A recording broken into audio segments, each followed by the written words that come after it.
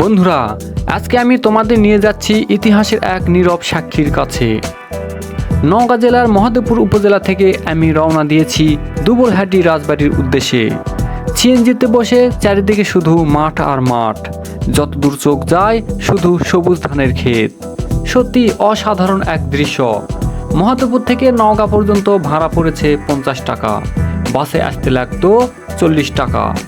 কিন্তু এই সিএনজির ছাউনির নিচে বসে সবুজের মাঝে ভ্রমণের মজাই আলাদা। নওগাঁ শহর থেকে দুবলহাটি রাজবাড়ি আরও 7 কিলোমিটার দক্ষিণ পশ্চিমে অবস্থিত।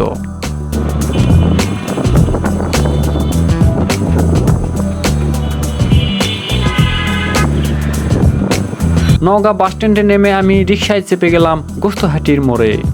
সেখান থেকে টমটম বা রিকশায় চড়ে দুবলহাটি রাজবাড়ি যাওয়া যায়।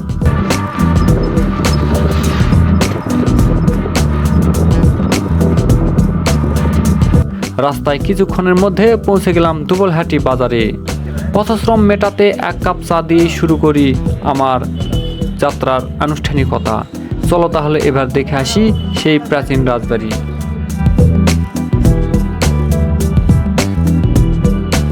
বন্ধুরা, অবশেষে আমি পৌঁছে গেছি সেই দুবলহাটি রাজবাড়ি। এখানকার বর্তমান অবস্থা এবং ইতিহাস সম্পর্কে আপনাদেরকে জানাবো।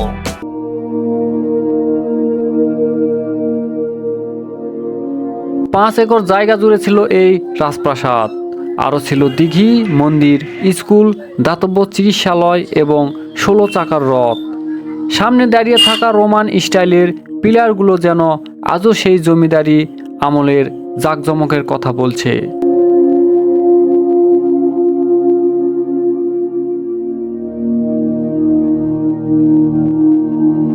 পুরো প্রাসাদে ছিল 350 কক্ষ এবং 60টি আঙিনা। ভেতরে কোথাও 3 তলা, কোথাও 4 তলা ভবন ছিল। চারিদিকে 4টি বিশাল পুকুর। উত্তরে গোবিন্দজির পুকুর, দক্ষিণে খিড়কির পুকুর, পূর্বে ছিল দিঘি, পশ্চিমে গোপাল বাড়ি ও বাবুর পুকুর।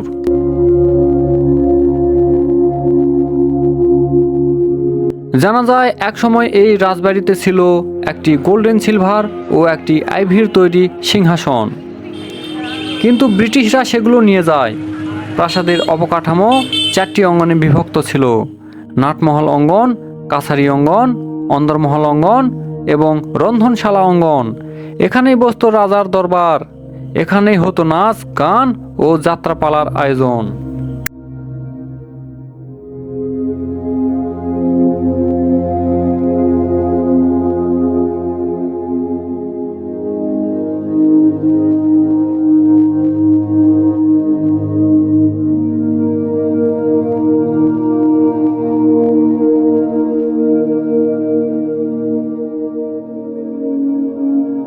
এবার সিঁড়ি বেয়ে উপরে উঠার পালা।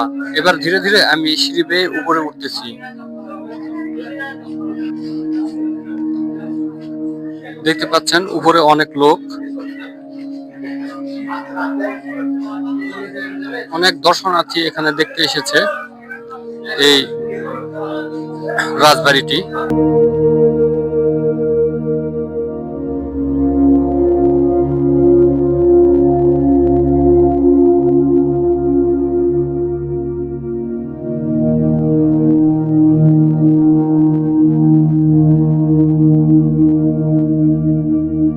এটি হচ্ছে দোতলা ভবন। আমি দোতলা ভবনটি আপনাদের ঘুরে ঘুরে দেখাচ্ছি।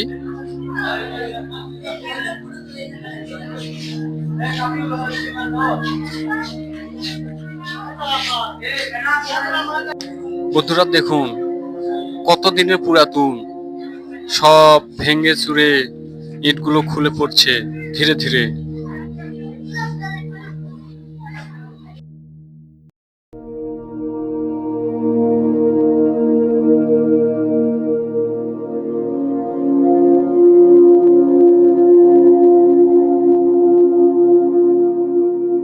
রাজা হরনাথ রায়চৌধুরী শুধু জমিদারি ছিলেন না, তিনি ছিলেন শিক্ষানুরাগী ও জনহিতৈষী ব্যক্তি। তিনি আনুষ্ঠানিক শিক্ষায় শিক্ষিত না হলেও শিক্ষার প্রতি ছিল তার গভীর আগ্রহ। বন্ধুরা দেখুন, এই পাশের বিল্ডিং এ এত জঙ্গল। এই 2য় তলায় দেখুন, আমি একটু ওই দিকে যাই। কি অবস্থা! আমার তো ভয়ে আমার গা ছমছম করছে। এই যে দেখতে পাচ্ছেন, এখানে আবার ভেঙে গেছে, নিচে দেখা যাচ্ছে। ওই পাশে, না ওই পাশে আমি যাব না, আমাকে ভয় লাগতেছে।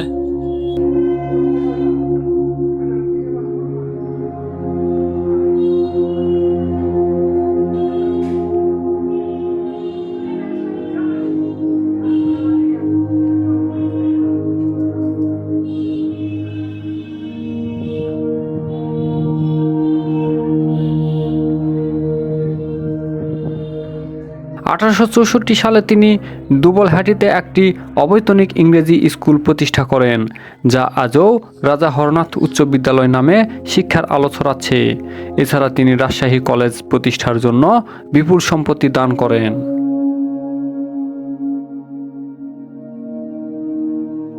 1874 সালের দুর্ভিক্ষে তার জনকল্যাণমূলক কাজের স্বীকৃতি স্বরূপ ব্রিটিশ সরকার তাকে রাজা ও রাজা বাহাদুর উপাধিতে ভূষিত করেন। তার জমিদারি বিস্তৃত ছিল সিলেট, দিনাজপুর, পাবনা, বগুড়া, রংপুর ও ভারতের কিছু অংশে। কিন্তু সব গল্পেরই শেষ থাকে।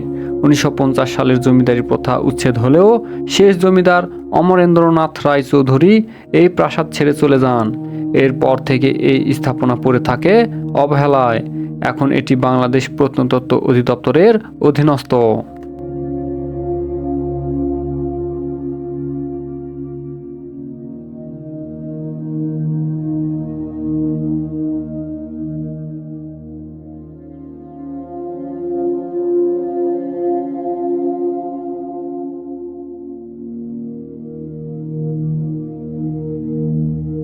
এখানে ঘুরে দেখলে ইতিহাসের এক টুকরোকে নিজের চোখে দেখা যায়।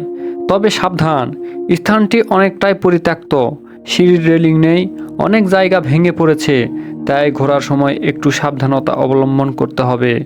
বন্ধুরা, আমার আজকের ভ্রমণ এখানেই শেষ। যদি তোমরা দুবলহাটি রাজবাড়ি আসতে চাও তাহলে সকালের দিকে আসা ভালো। নওগাঁ শহর থেকে সহজেই যাওয়া যায়। আর রাজবাড়ি দেখে শেষে সময় থাকলে হাঁসাইগাড়ি বিল ঘুরতে অবশ্যই ভুলবেন না। শরৎকালে যেখানে ফুটে অসংখ্য শাপলা পদ্ম ফুল। এতক্ষণ আমার সঙ্গে থাকার জন্য সবাইকে অসংখ্য ধন্যবাদ।